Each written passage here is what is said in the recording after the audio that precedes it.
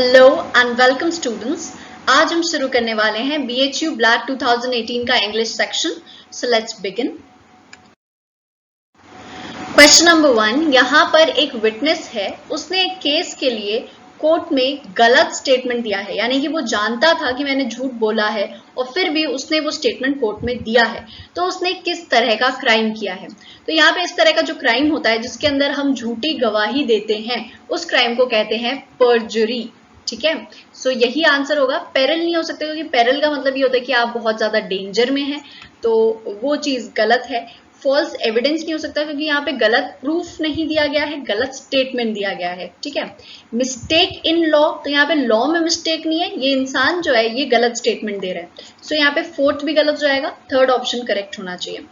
Second है, sometimes एक accused जो है वो ये कहता है कि मुझे आप पार्डन कर दीजिए और उसके लिए मैं आपको मेरे साथ में जितने भी लोगों ने क्राइम किया था उन सब के नाम बता दूंगा और उनके अगेंस्ट एविडेंस भी दे दूंगा। ठीक है, तो ये इंसान जो है इसे क्या कहा जाता है? तो यहाँ पे आप देखेंगे विटनेस ये नहीं कहा जा सकता, क्योंकि हमने इसे गवाह नहीं बनाया था। अब जाके ये हमारा गवाह बन सकता है, क्योंकि ये एविडेंस दे रहा है क्रिमिनल्स के अगेंस्ट, बट ये हमारा विटनेस नहीं था। सेकंड है क्लोन, तो क्लोन भी नहीं हो सकता, क्योंकि क्लोन का मतलब ये होता है कि किसी से बिल्कुल सिमिलर होना, सो ये सिमिलर नहीं है किसी से। थर्ड है अप्रूवर, ये बात बिल्कुल सही होगी, क्योंकि इसने अप्रूव कर दिया कि हाँ भाई अगर आप मुझे पार्डन दोगे तो मैं आपको बता दूंगा, है ना। सो ये एक स्पेसिफिक टर्म है उस इंसान के लिए जो कि अक्यूज तो है, लेकिन वो बाकी अक्यूज लोगों के नाम बता के बचना चाह रहा है। ठीक है। फोर्थ है प्लेंटिफ, जो कि सही नहीं होगा, क्योंकि प्लेंटिफ वो इंसान होता है जो किसी के अगेंस्ट केस करता है। So third option would be correct. Third है डिपोनेंट का मतलब क्या होता है? तो डिपोनेंट वो इंसान होता है जो कि यहाँ पे किसी भी केस के अंदर अपना स्टेटमेंट देता है। सो फर्स्ट ऑप्शन यहाँ पे करेक्ट होगा, क्योंकि यहाँ लिखा है who makes a statement under oath, और ऑब्वियसली आप ओथ के अंडर ही कोई स्टेटमेंट देते हैं, कोई गवाही देते हैं। सो फर्स्ट ऑप्शन यहाँ पे करेक्ट होना चाहिए। कंप्लेन फाइल करने वाले को डिपोनेंट नहीं कहते, FIR फाइल करने वाले को या साइन करने वाले को भी डिपोनेंट नहीं कहते, और डिफॉल्टर को भी डिपोनेंट नहीं कहते। फोर्थ है द लॉ ऑफ प्लेस, तो इसके लिए कौन सा टर्म इस्तेमाल होता है? फर्स्ट है नेशनल लॉ, ये बात गलत है, ये किसी एक कंट्री के लिए यूज होता है, द लॉ ऑफ प्लेस के लिए इस्तेमाल नहीं होता। सेकंड है लेक्स लोकाई, ये बात बिल्कुल सही है, क्योंकि आप जानते होंगे लोकाई जो वर्ड है या लोकस जिसे हम कहते हैं, वो एक फिक्स्ड प्लेस के लिए होता है या फिक्स्ड पॉइंट के लिए होता है। सो लेक्स लोकाई का मतलब यही है द लॉ ऑफ प्लेस, मतलब उस जगह का लॉ। थर्ड है जस्ट रेमीडियम, यानी कि जब भी कोई चीज सही होती है तो उसके लिए कोई ना कोई रेमेडी मिल जाती है। Where there is a right there is a remedy, है ना। तो ये यहाँ पे द लॉ ऑफ प्लेस नहीं है इसका मतलब, इसलिए ये गलत हो जाएगा। जज मेड लॉ, ये भी गलत है। सेकंड ऑप्शन यहाँ करेक्ट होना चाहिए। फिफ्थ है इन सिटू, अब कोई भी चीज अगर इन सिटू होती है, या अगर हम इन सिटू एग्रीकल्चर कर रहे हैं या इन सिटू कुछ भी कर रहे हैं, है ना, तो उसका मतलब ये होता है कि हम कोई चीज उसकी ओरिजिनल जगह पर कर रहे हैं, यानी कि जहां वो नॉर्मली होती है हम वहीं पे कर रहे हैं। और एक्स सिटू का मतलब होता है कि हम किसी चीज को वहां कर रहे हैं जहां पे वो ओरिजिनली नहीं होती। जैसे कि हम जो IVF टेक्निक्स होती हैं जिनसे बेबीज बनाए मतलब पैदा किए जाते हैं, तो उसके अंदर क्या होता है कि आप एक्स सिटू फर्टिलाइजेशन करते हैं, यानी कि बॉडी के बाहर आप फर्टिलाइजेशन कर रहे हैं, या जो बेबी है उसको बनाने की प्रोसेस बॉडी के बाहर हो रही है, शुरुआत की प्रोसेस। ठीक है, सो वो एक्स सिटू हो जाता है। इन सिटू मदर की वूम में होता है। सो यहाँ पर भी इन सिटू का मतलब है in its original place. So fourth option यहाँ पे करेक्ट होगा। सिक्स्थ है वेल्टानशॉन्ग मीन्स, तो इसका मतलब होता है फिलॉसफी ऑफ लाइफ, यानी कि लाइफ के बारे में कुछ भी इस तरह की फिलॉसफी होती है तो उसके लिए ये टर्म इस्तेमाल होता है। अब ये कुछ ऐसे टर्म्स हैं जो कि आपके पेपर में आए हैं और हो सकता है आपको नहीं पता हो, तो अगर आपको ये नहीं पता है तो आपको अटेम्प्ट नहीं करने चाहिए, क्योंकि इनका कुछ स्पेसिफिक मतलब होता है। ठीक है, समम बोनम, समम बोनम का मतलब ये है कि कुल मिला के आप कुछ अच्छा कर रहे हैं। ठीक है, सो यहाँ पर सेकंड ऑप्शन करेक्ट होना चाहिए, द अल्टीमेट गुड। ठीक है, अल्टीमेटली आप कुछ अच्छा ही कर रहे हैं। नाइन्थ है नला बोना, यानी कि ऐसा इंसान जिसके पास कुछ नहीं है। नल ये नल वर्ड से आ रहा है, यानी कि कुछ नहीं होना। सो यहाँ पर जो हमारा ऑप्शन है वो फर्स्ट करेक्ट होना चाहिए। The debtor has no property for seizure, यानी कि कई बार ऐसा होता है कि आप लोन ले लेते हैं और फिर चुका नहीं पाते, तो उसके पास अगर प्रॉपर्टी ही नहीं होगी जिसने लोन लिया है, तो फिर बैंक क्या सीज करेगी? कुछ भी सीज नहीं कर सकती। वहां पे हम कहते हैं नला बोना, यानी कि इसके पास कोई प्रॉपर्टी नहीं है या कुछ भी नहीं है। 10th है साइन क्वा नॉन। अब साइन क्वा नॉन जो है, इसका मतलब ये होता है कि कोई चीज बहुत ज्यादा इंपॉर्टेंट है, ठीक है, किसी भी स्फीयर ऑफ लाइफ में कोई चीज बहुत ज्यादा अगर इंपॉर्टेंट है तो उसके लिए हम इस वर्ड का इस्तेमाल करते हैं। फोर्थ ऑप्शन यहाँ पे करेक्ट होगा, क्योंकि यहाँ लिखा हुआ है इंडिस्पेंसिबल पर्सन, यानी कि उस इंसान को कोई रिप्लेस ही नहीं कर सकता या उस चीज को कोई रिप्लेस ही नहीं कर सकता, वो इतनी इंपॉर्टेंट है, ठीक है। इसके अलावा कुछ नहीं हो सकता। वर्थलेस तो बिल्कुल नहीं हो सकता, ऑपोजिट हो जाएगा। अनक्वालिफाइड भी गलत होगा। वर्बोज यानी कि कोई इंसान जो बहुत ज्यादा बोलता है, तो वो ऑब्वियसली इंपॉर्टेंट होना से कुछ कनेक्शन नहीं रखता, इसलिए यहाँ पे फोर्थ ऑप्शन करेक्ट है।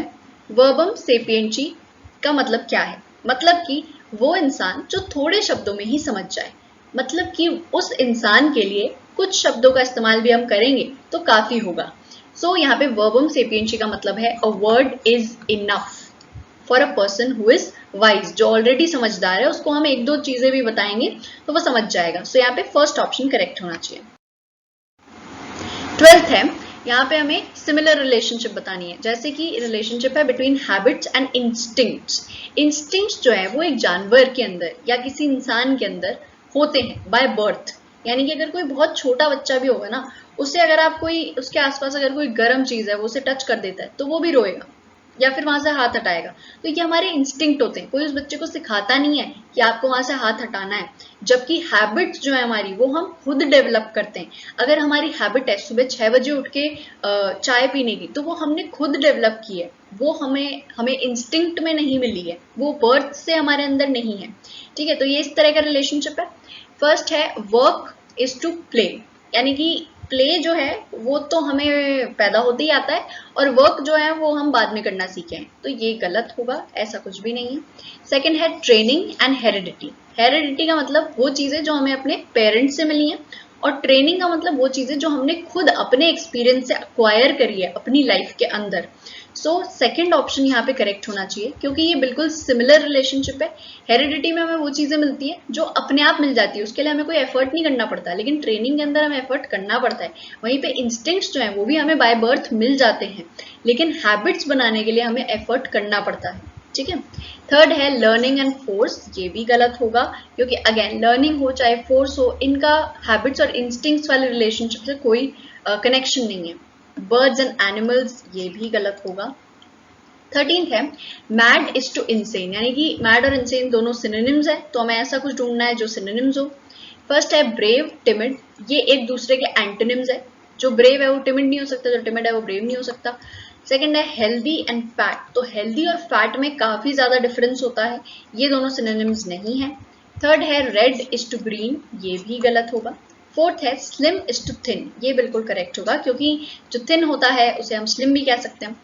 14th है यहाँ पे डोमेन जो है उसका सिनोनिम क्या होना चाहिए? तो डोमेन हम जनरली इस्तेमाल करते हैं कि किसी का अपना एरिया है, एरिया ऑफ स्पेशलाइजेशन हो सकता है या एरिया ऑफ इंटरेस्ट हो सकता है, कुछ भी इस तरह की बात होती है, लेकिन डोमेन का एग्जैक्ट मतलब होता है एरिया।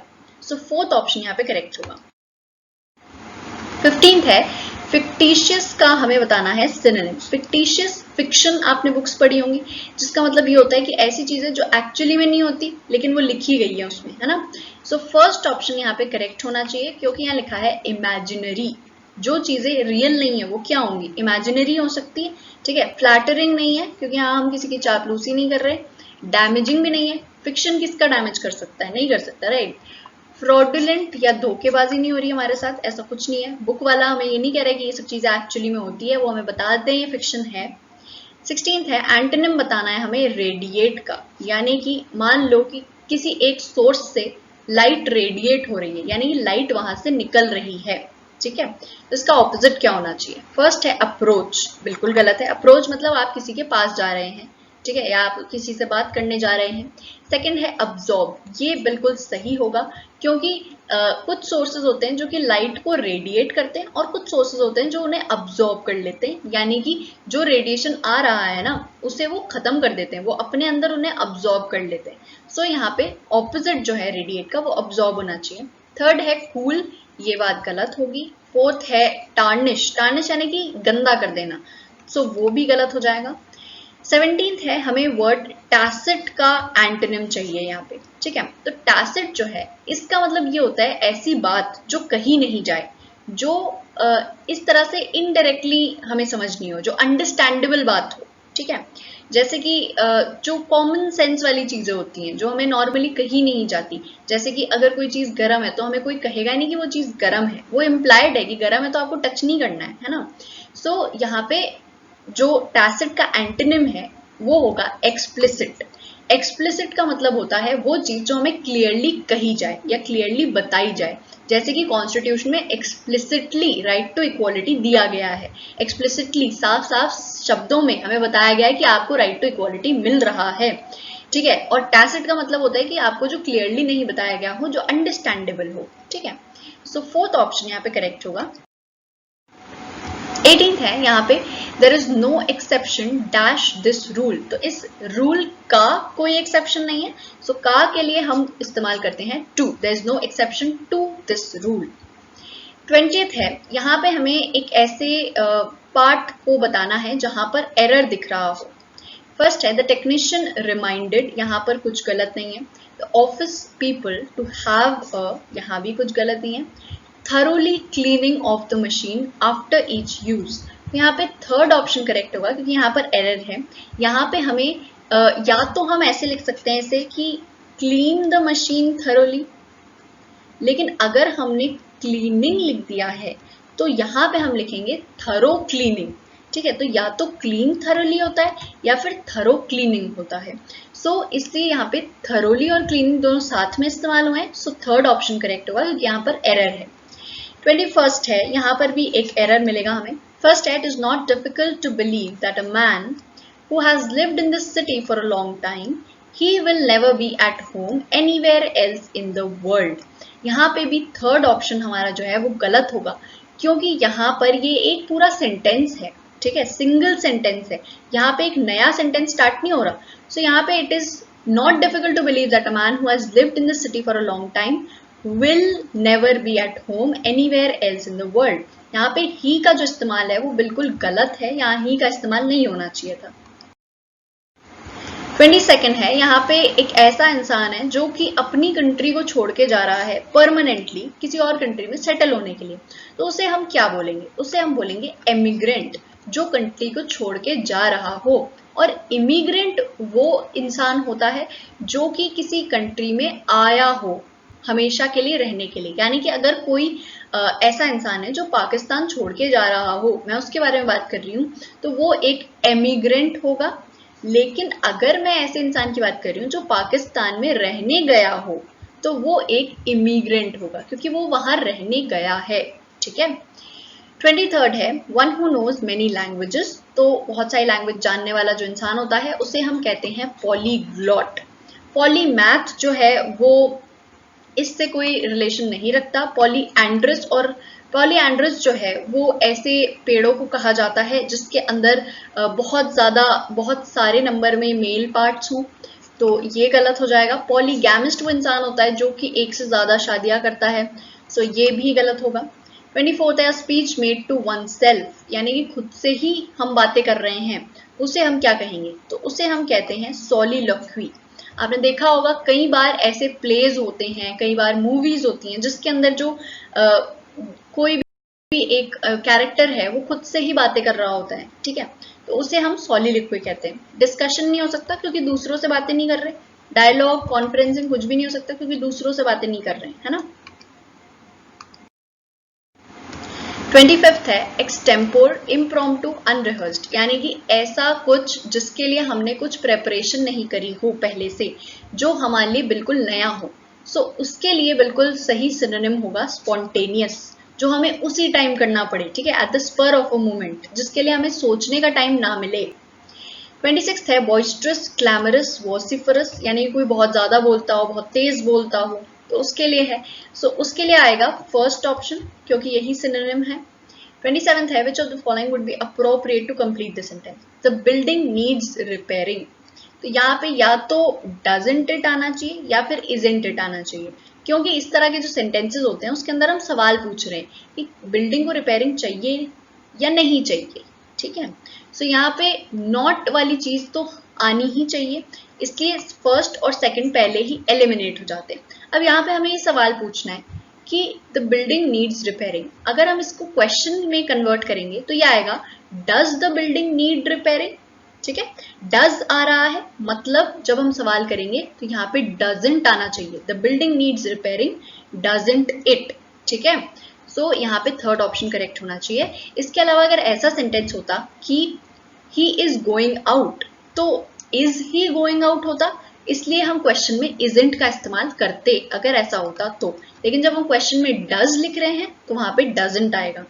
थर्ड ऑप्शन यहाँ करेक्ट होगा।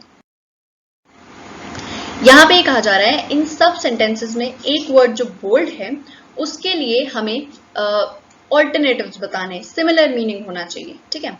28 है his allegiance to the party was suspect from the very beginning, यानी कि उसका जो पार्टी से एलिजेंस है या पार्टी के लिए जो वो काम कर रहा है वो हमेशा से डाउटफुल रहा है, ठीक है।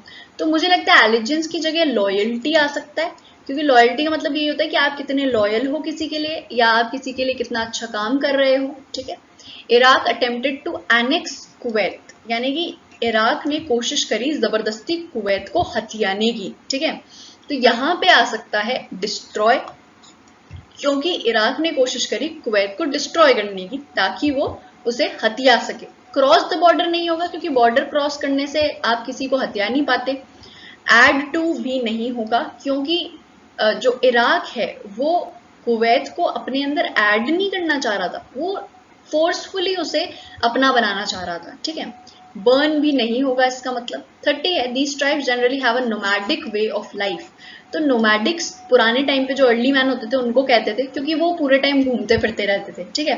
उन्हें खाना चाहिए होता था, वो घूमने जाते थे, घूमने नहीं मतलब कहीं कहीं बहुत दूर दूर तक जाते रहते थे, ठीक है। कपड़े ढूंढने जाते थे, घर ढूंढते थे, ठीक है। तो उन सब चीजों के लिए नोमैडिक उन्हें कहा जाता था, यानी कि वो घूमते रहते हैं। सो उसके लिए हम सिनोनिम यूज करते हैं wandering. We have now reached the end of the session. Hope you enjoyed it. Please like, share, comment and subscribe to let us know what you think about it. Jai Hind.